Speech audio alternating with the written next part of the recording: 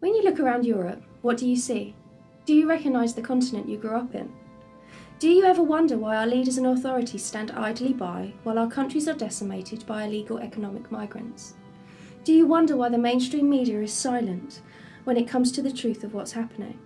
Do you feel like you're going crazy?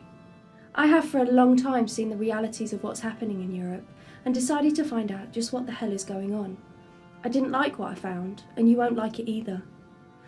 On November the 27th and 28th, 1995, under the Spanish presidency of the EU, the 28 member states, along with 15 other non-EU countries, founded the Barcelona Declaration. What's that, you say? You've never heard of it? Well, of course you haven't, because this single agreement is solely responsible for the destruction of Europe. So what is it?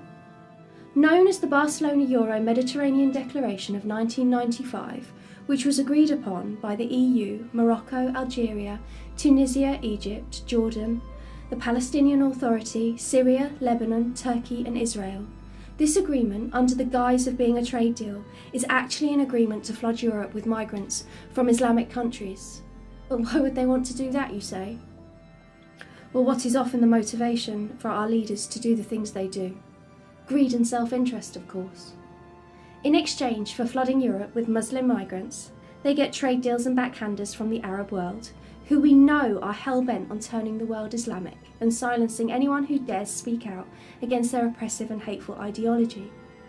In exchange for these trade deals and financial backhanders, the EU has promised to offer integration into the expanded internal market of the EU and the possibility to obtain free movement of goods, services, money and people, to shut down all speech deemed to be Islamophobic, xenophobic and racist, and allow special privilege to Muslims. The declaration took effect in 2010 when boats loaded with migrants started arriving from the African continent under the guise of being refugees desperately fleeing war. The media exposed us to images of dead children on an almost daily basis to evoke the emotion and sympathy with their plight, while at the same time distracting us from the reality of what was actually being played out. 2010 was the beginning of the end for Europe, and it has been in decline ever since. Despite the media's best efforts to keep the truth of the situation under wraps with their refusal to report the realities of the crisis, thanks to social media and the internet, we are able to see daily the realities of what is happening in Europe. The abhorrent rise in sexual assaults and rapes, the thousands of cases of child abuse, the mind-boggling number of cases of FGM. And then there's the acid attacks. It's no coincidence that since 2010, Britain has seen over 1,800 acid attacks, equating to one attack every other day, making us the acid attack capital of the whole world. This phenomenon, along with Pakistani grooming gangs, which have again been ignored by our wonderful mainstream media, unless the perpetrator is, of course, white. Then there's the terrorist attacks in Paris, London, Manchester, Belgium, Germany and Sweden. It seems even the killing of our children is considered fair game by these Islamic terrorists, all the while our leaders' pockets are being lined with blood money.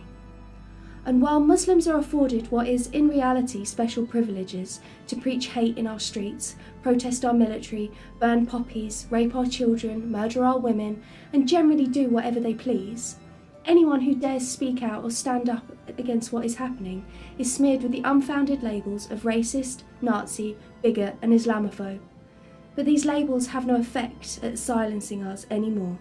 We are starting to fight back. Make no mistake, this is the genocide of Europe. Our cultures, our heritage, our traditions and values are all under attack.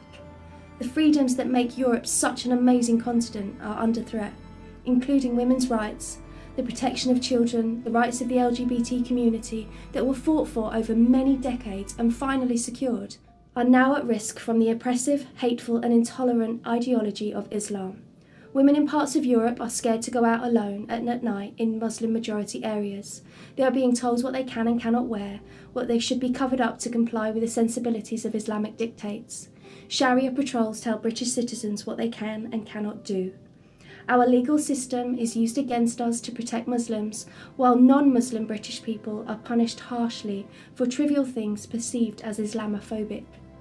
Then there's the birth rates, the multiple wives, the failure to integrate properly, and very little contribution to the country in any meaningful way. 75% of Muslim women are unemployed and will never work or contribute financially to Britain, while the costs of their housing, maternity, birth, healthcare and education for their many children is all paid for by the taxpayers. For 1400 years, Islamic domination has been the primary goal of Islam. Every country that has ever taken in Islamic migrants has changed for the worst. You only have to look at countries like Iran, Afghanistan and Syria to see how conservative Islam changes a country from free and progressive to an oppressive hellhole for anyone except Muslim males. Wahhabi and Salafi ultra-conservative forms of Islam are being imported into Britain at an alarming rate, with over 70 mosques in Britain already and countless madrasas teaching the next generation of British Muslims about the particular kind of intolerance, hate, oppression, sexism and homophobia that's taught in Saudi Arabia.